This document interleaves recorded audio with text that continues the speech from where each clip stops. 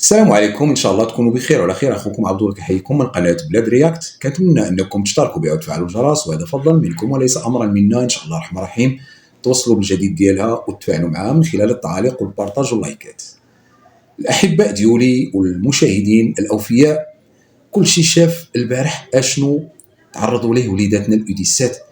مهزله تحكيميه، مجزره تحكيميه بكل المقاييس.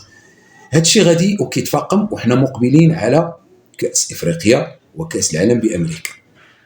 خاص الفيفا انها دير شي قانون كيجرم هذا الفعل، قانون كيخلي الانسان يفكر 100 مره قبل ما يتكرفس على شي فريق، سواء فريق محلي او لا فريق كبير، يعني فريق وطني او لا نادي، لان هادشي غادي وكيتزاد وما بغاش يتحد. ففي نظري الفيفا خصها دير شي قانون كيجرب وكيحيد الشارة ديال التحكيم لاي واحد جرأ وتعمد انه هو يدير هذا الفعل الشنيع، كذلك يغرموه ماليا ويحيدوا لي كاع الجوائز اللي تعطاتو من خلال المسيره التحكيميه ديالو، كذلك يتبع قانونيا ويقدر يتحبس فيها الا كان شد الرشوه ودار داكشي من اجل مصلحته الشخصيه ومصلحه الفريق المنافس. هذا هو القانون اللي خصو يكون، هذا هو القانون اللي خصو يكون الخوت. فما تقولش لي انه لا، راه في بعض الحالات الانسان كيكون عينيه مغمضين ما كيشوفش الفار، لا ما عطاش لي زونغل هما، لا اسمح لي الفار كيعطيك لي زونغل، عندك 3 ولا 4 اونغل، 4 ولا 5 الزوايا ولا 3 ولا 2 زوايا، وكتبقى تدقق.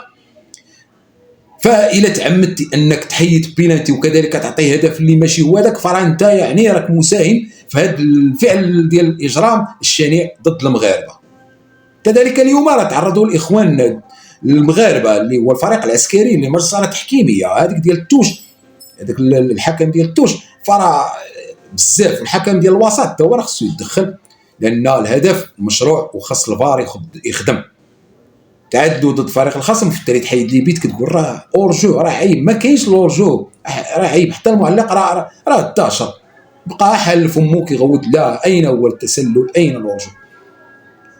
بزاف خاص شي لجنه تصوب هذه الامور ويدار شي تحقيق.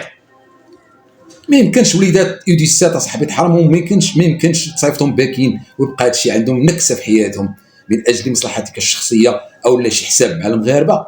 عيب صاحبي، عيب. خاص يتفتح تحقيق فوري، وكذلك يتفتح تحقيق فوري في هذه المزالات التحكيميه ديال اليوم ديال الجيش الملكي. غدا لعبه الاولمبيك، كنتمنى ان شاء الله الرحمن الرحيم الاولمبيك اسفي انها ما تطيحش هي في مجزره تحكيميه لانها خارجه الديار. كذلك الوداد نتمنى انها ما تطيحش في مجزره تحكيميه. راه بزاف عيب. حنا المغاربه ما عرفتش واكلين العصا من هذه الفيفا من الكاف، راه هذاك الشيء راه زواق صاحبي. انتم تابعيننا في كل شيء. راه ملي كنجيو الصح المصالح راه كل شيء ضدنا، راه كل شيء. عيينا ما نتقادوا معاكم، ولكن انتم تابعينا الله ياخذ فيكم الحق. واللي تابعنا بغيت ليه شي مصيبه من الاخر. وليداتنا صاحبي انا بقاو فيا دوك الدراري الصغار، والله الا مرضت البارح.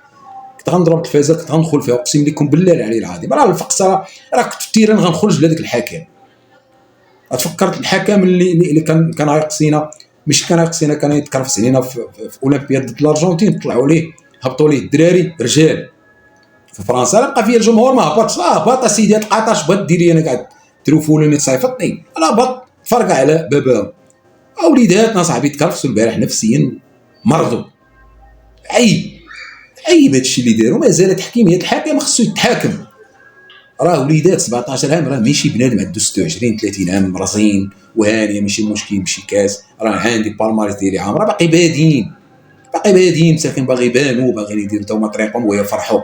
حتى الا خسروا ماشي مشكل بطريقه عاديه هانيه، كيفاش تخسرهم اصاحبي بطريقه اللي متعمده؟ فراه خصك تتحاكم. اخواني الكرام، اش بالكم الخوت؟ واش هادشي فعلا اللي قلت هو هذاك؟ واش هادشي ظلم ولا لا؟ وخلوا لي في كومونتيرات. وشكرا لكم، والسلام عليكم ورحمه الله وبركاته.